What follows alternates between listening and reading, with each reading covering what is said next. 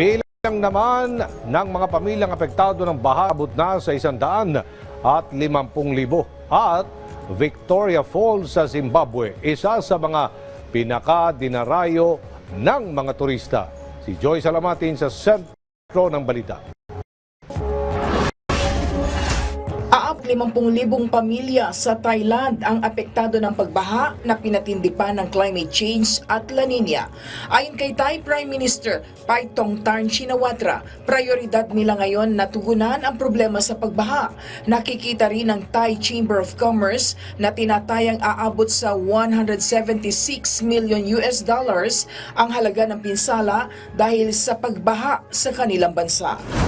Naging matunog naman ang pagbisita ni Ukraine President Volodymyr Zelensky kay US President Joe Biden at Vice President Kamala Harris. Ang naturang pagbisita ay para mabigyang linaw ang pagsuporta ng Amerika sa Ukraine.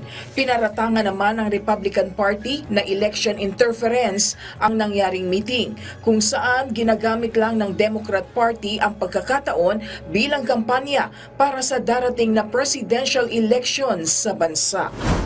Sa bansang Zimbabwe, panakanakang dinarayo ng mga turista ang Victoria Falls na tampok bilang isa sa mga 7 natural wonders of the world.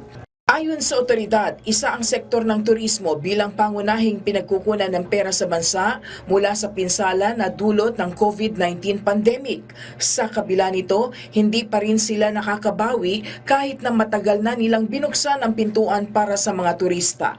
Ani ng isang ekonomista, ang negatibong pananaw raw sa kanilang bansa ang dahilan kaya hindi ganun karami ang bumibisita o nagbabakasyon sa bansa.